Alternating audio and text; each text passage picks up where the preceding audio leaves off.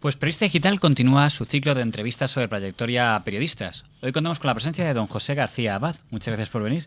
Muchas gracias a vosotros, encantado. La fecha de esta entrevista nos ha venido muy bien porque esta semana cumple aniversario de la revista que usted dirige. En efecto, la revista El Siglo cumple 21 años. Sé que no es una cifra redonda, pero cada año que pasa hay que celebrarlo. Hay que celebrar que estamos vivos, ¿no? Bueno, pues la primera pregunta en este repaso a la trayectoria de esa revista es ¿cuál es el origen de la fundación en 1990, creo que fue? Fue en el 91, en octubre del 91. ¿Y cómo surgió el proyecto? Bueno, yo editaba y sigo editando un semanario de economía, que era el Nuevo Lunes, y me parecía que lo podía complementar con un semanario político, que era lo que más me divertía y me apetecía, ¿no? Y me parece, corrígeme si me equivoco, que la editora del Siglo ha conseguido mantener cierta independencia respecto a las grandes empresas, ¿no? Porque no se la ha comido ni ha habido guerras accionariales ni... No, eso es la única ventaja de ser pequeño, ¿no? Porque realmente soy una pyme de la prensa, por decirlo así, con dos publicaciones básicamente, el Nuevo Lunes, que es un semanario de economía y negocios, y el Siglo de política, de información general, más política que información general. Y claro, estamos en crisis, las pymes están en crisis y la prensa está en crisis, o sea que tenemos una doble oportunidad, una doble oportunidad de estar en crisis. Pero por otro lado, pues también si uno tiene vocación periodística, yo más como empresario soy un periodista que saca un proyecto adelante, bueno, pues superas o tratas de adaptarte al terreno y luchas y echas imaginación y esfuerzo y con un equipo reducido pero muy motivado, pues hemos salido hasta adelante y espero que podamos seguir también a pesar de la dureza de esta crisis, ¿no? Si hubiera que ver en la historia del Siglo el momento quizá más tenso, más duro, llegó a haber artículos de el inminente cierre del Siglo por aquella sentencia de una jueza que coincidió a la vez con un caso de una revista digital de Fernando Jauregui, que estuvo aquí hablando de su caso. Ahora le pregunto por el suyo. Yo creo que también hablé aquí de mi caso, ¿no? Porque nos movilizamos mucho, tanto Jauregui como yo, porque nos parecía una barbaridad que un juez pudiera cerrar una publicación poniendo pues una indemnización exagerada que no puedas pagar, porque tal como estaba antes la ley, además, pues era la sentencia del Ejecutivo, o sea, cerraban y luego podías recurrir, pero claro, una revista que desaparece y que al cabo de 3 o 4 años te dan la razón, no tiene nada que hacer, ¿no? Entonces eso lo ganamos, esa batalla, y eso fue el caso. El origen no era nada, digamos, contra la intimidad de nadie, ¿no? Era una noticia que había sido publicada por otros medios en Murcia. En efecto, era bueno, pues que quien era el director general en la Comunidad de Murcia, responsable de la informática, pues compró todo el equipo informático de la comunidad a su propia empresa, ¿no? A la empresa en la que, bueno, él pues formalmente depositó sus acciones, pero era evidente que seguía dentro del proyecto por lo menos la conocía bien de la empresa. Y en efecto, la verdad de Murcia también había sacado el tema. En el Parlamento murciano se intentó también que se abriera una investigación al respecto, pero como tenía mayoría absoluta el Partido Popular, pues no salió adelante. O sea, realmente no fue un invento, se contrastó la información, se habló con gente de la propia empresa, se habló con el Partido Socialista que había presentado el proceso de investigación, con la UGT, que estaba molesta también con el asunto, pero bueno, finalmente parece que quisieron ejemplarizar pues en una revista modesta como la mía y así advertir pues a La Verdad de Murcia y a otros medios. La verdad es que en Periodista Digital nos gusta mucho lo que podríamos llamar el periodismo sobre periodistas, y en eso tenemos que admitir que quizá el hermano mayor de ese tipo de periodismo sea la revista El Siglo, que fue de las primeras que empezó a dedicar un gran espacio a hablar de lo que podríamos llamar las batallas mediáticas. Aquí tengo algunas portadas. Esto podemos de la época que gobernaba Aznar, y esta era de la etapa en la que Telefónica, digamos, era el brazo armado y de repente hubo una pelea interna entre los propios afines al gobierno entonces, ¿no? Pedro J. Ramírez. ¿Qué recuerda aquella batalla de Telefónica? Bueno, nosotros denunciamos el hecho de que el gobierno de Aznar, José María Aznar, pues había organizado un grupo mediático utilizando Telefónica. Y claro, aquello era llevó a Telefónica a una situación comprometida. Claro, entonces estaba de presidente de Telefónica Vilallonga, que había sido compañero de pupitre de José María Aznar, y ahí había una connivencia que nos parecía fea, y además llegó a una dimensión económica importante. No era poner un dinerito en un medio. Fue cuando salió Vía Digital, que era ya pues sobre inversiones de miles de millones de euros, y bueno, y estaba presente Telefónica pues en emisoras y bueno, en todos los en televisión, en radio, etcétera. Estaba pues generar una especie de plataforma paralela de control de José María Aznar, ¿no? ¿Y qué pasó ahí entre las relaciones entre Aznar y Pedro J. Ramírez? Porque primero Pedro J. Ramírez parecía un poco el hombre encargado de pilotar ese proyecto. Y después, pues aquí en esta portada ponían Pulso, hubo otra que era Pedro J. en la picota. Parece como aquel idilio se apagó. Bueno, sí, de hecho, pues yo creo que se avanzó mucho en el diseño de una operación en la cual Pedro J. coordinaría, por decirlo así, pues todos los medios que controlaba Telefónica, y bueno, unido a su propio periódico. O sea, realmente aquello llegó a tener yo creo que se llegó a estar muy avanzado ese proyecto, y hubo un compromiso firme al respecto. Después la operación se frustró. Yo no sé si tuvo algo que ver o no el célebre vídeo que se utilizó contra Pedro J. o no, pero llegó un momento en que aquello pues pareció que no iba a poder seguir siendo viable. Ya la sensación de que el siglo se ha adelantado de muchas cosas. Luego sacaré otra, pero ahora que estamos hablando de los medios, en el año 2004, cuando aún nadie habla de Ferreras, ni de Contreras, ni de nadie, porque eso, los brujos visitadores, creo que ya es de 2006, sí. Pero 2 años antes, en 2004, aquí no sé muy bien, pero pelea en el PSOE por la televisión española. En este número, usted hablaba de que los Migueles, que eran Miguel Barroso y José Miguel Contreras, avanzaban por el poder en televisión española. Por eso, ¿no? Ahí, y en general, hubo una pelea pues entre los Migueles y Rubalcaba, concretamente, pues por tener una mayor influencia en los medios. Rubalcaba era el que tradicionalmente pues lo había ejercido esa función, especialmente con el grupo Prisa, ¿no? Con el que tenía muy buena relación.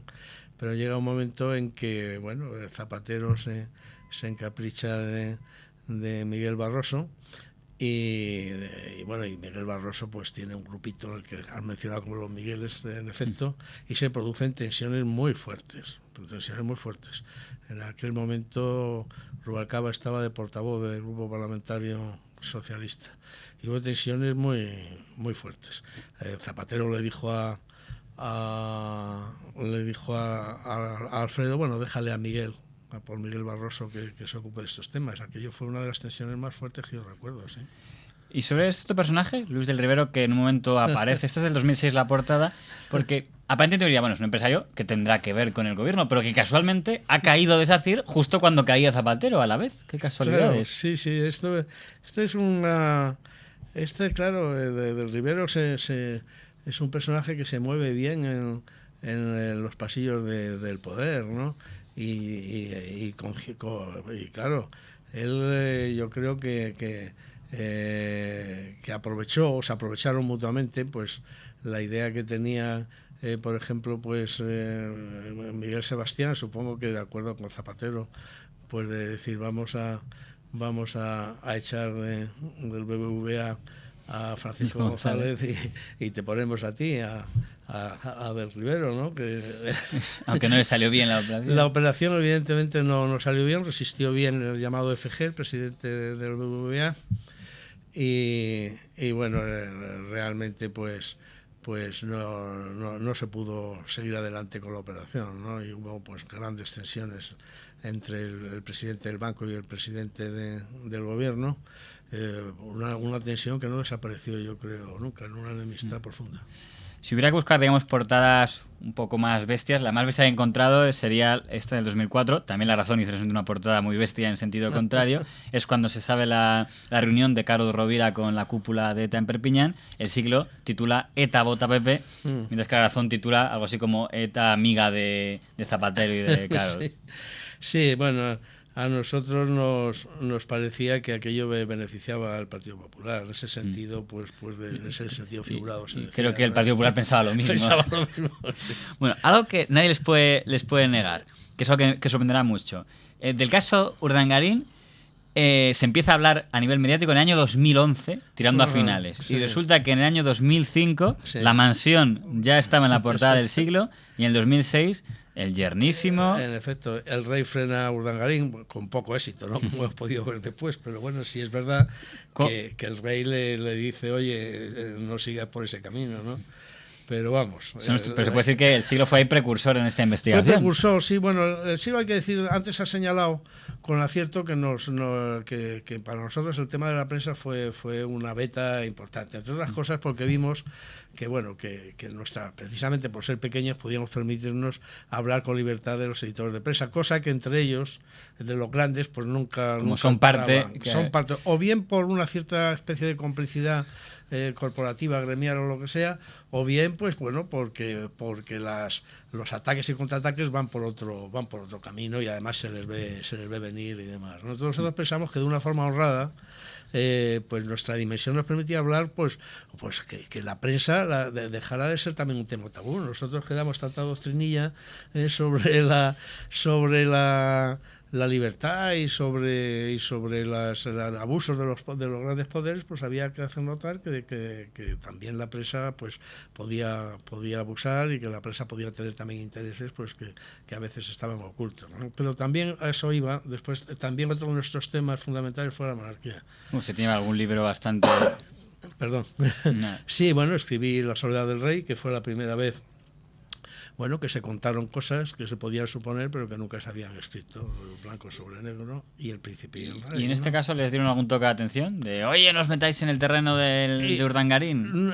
No, en el caso de... Urdangarín movió a algún amigo mío, no voy a decir el nombre, pero vamos, que era ministro en aquella época, diciendo intercediendo para que yo dejara de investigar en este tema. Pero desde el supuesto de que el Siglo lo controlaba el PSOE, ¿no?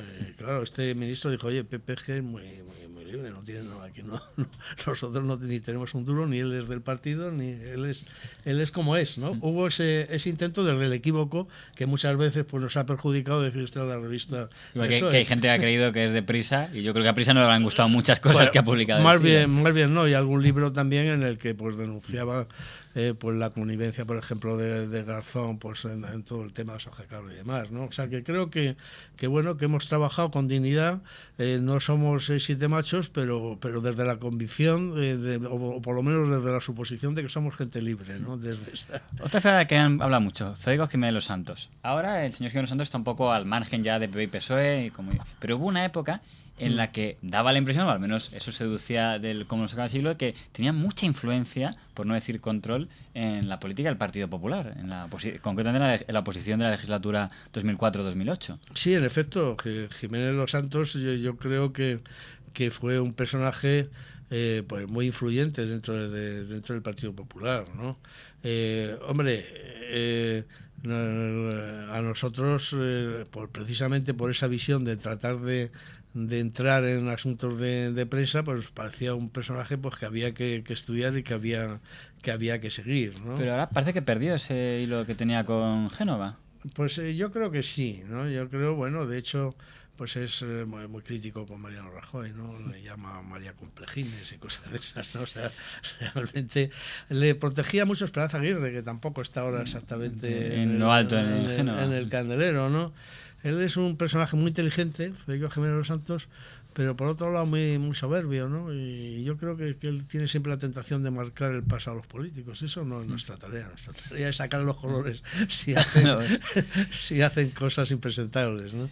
Bueno, y ya yendo un poco a la situación actual, por hacer unas equivalencias a modo de conclusiones que podríamos sacar de este repaso a toda velocidad. La primera sería en el tema de la izquierda y luego derecha. El tema de izquierda, ¿qué pasó? ¿Qué diferencia había entre el estilo Felipe y el estilo Zapatero? Inmenso, sobre eso... Hablo únicamente en relación con los medios de comunicación. En relación con los medios, sí. No, en relación con los medios, Felipe González pues trató de manejar los los medios, ¿no? Especialmente Televisión Española, le obsesionaba Televisión Española, consideraba que era fundamental para él el control de los informativos de Televisión Española, ¿no?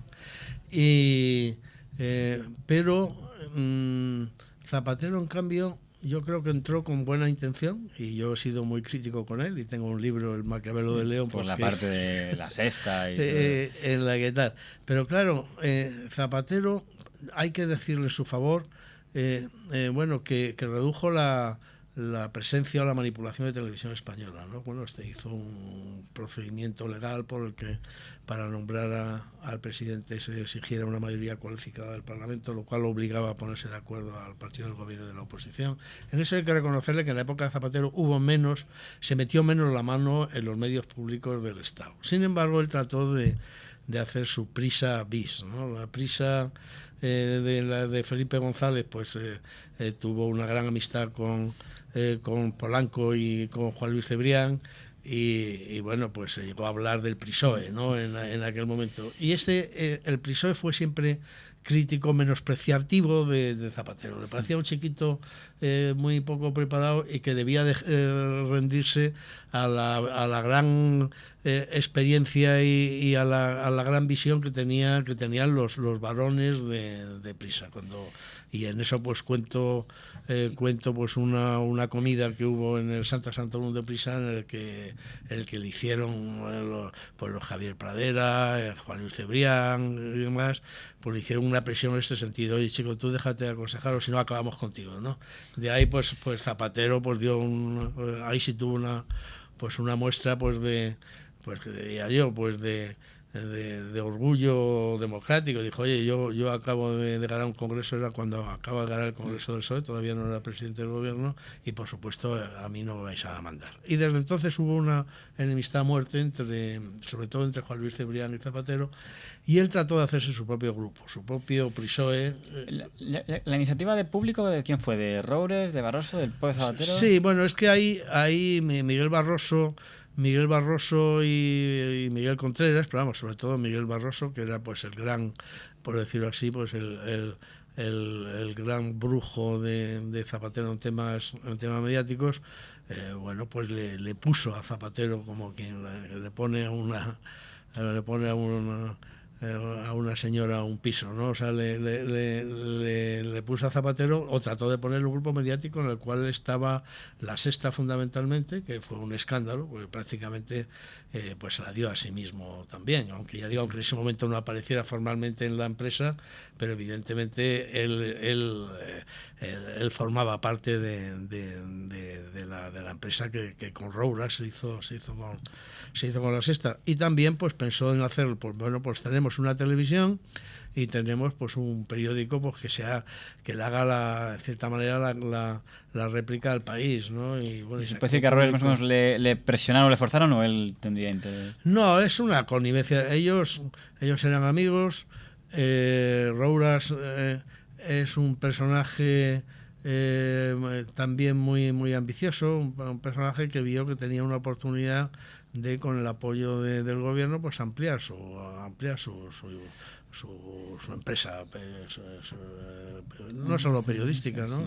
Sino audiovisual, especialmente en el tema del fútbol y demás, ¿no? Donde él estaba metido. Había una connivencia, pues como tantas veces ha ocurrido en España, de buscarse a la sombra del poder, pues tener una expansión mayor, ¿no? Fue un acuerdo en el que los dos se beneficiaban. Y por terminar la estela, en el caso de Pedro J. Ramírez, después de haber sido, entre comillas, asesor en el mediático en la etapa de Aznar, detestado por Felipe González y el PSOE, dicen que aparece como asesor o por lo menos consejero ocasional.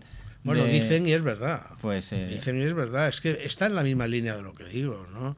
Si Zapatero quería tener pues su propia presencia mediática, y también en cierta manera interviene también el factor Felipe González, ¿no? Claro, Felipe González, que había llamado a Pedro J. Canalla, hay que recordarlo y demás, o sea, realmente público, sí. En público perdón, pues el PSOE de Felipe González había roto con Pedro J., ¿no? Claramente. Y quien era él que dice, no, yo voy a recuperar justamente pues el apoyo del mundo, por lo menos su neutralidad, y en ese sentido pues hizo una buena amistad con Pedro J, y Pedro J se convirtió en confidente de él, hablaban con una frecuencia enorme, se llamaban por teléfono, en un momento determinado pues cuento en mi libro pues que incluso pues Zapatero llega a salir de un Consejo de Ministros y decir, no, es que me llama Pedro J. O sea, llegó a haber una dependencia realmente sorprendente, ¿no? Casi como si Pedro J fuera Rasputín, ¿no? Pues aunque no es cuestión de forzarle a ser vidente, pero una cosa, ¿tiene alguna apuesta de quién puede ser ahora, y ya con eso terminamos, el consejero mediático preferido del actual gobierno? Si sería otra vez Pedro J, Julio Ariza, Lara, ¿quién diría que está mejor situado? Bueno, hombre, yo creo que Julio Ariza no, Pedro J tampoco. Pedro J también se ha mostrado crítico con Rajoy, ¿no? Ya desde que perdió las elecciones y volvió a presentarse en aquel congreso. En aquel congreso, o sea, y Ariza, pues bueno, tiene una posición pues también demasiado radical o demasiado excéntrica, o sea, no es un personaje. Se están ahí mejor, entonces Vocento y Lara serían los que estarían mejor sí, situados. Yo creo que sí, yo creo que Lara sería el hombre, ¿no? Bueno, hemos tenido que hacerlo a toda velocidad pero esperamos tenerla aquí más veces, y yo le agradezco que hoy haya estado aquí en Periodista Digital. Bueno, yo lo agradezco. Para mí, bueno, que habléis del siglo, pues bueno, me emociona. Pues muchas gracias por haber venido. Muchas gracias a vosotros.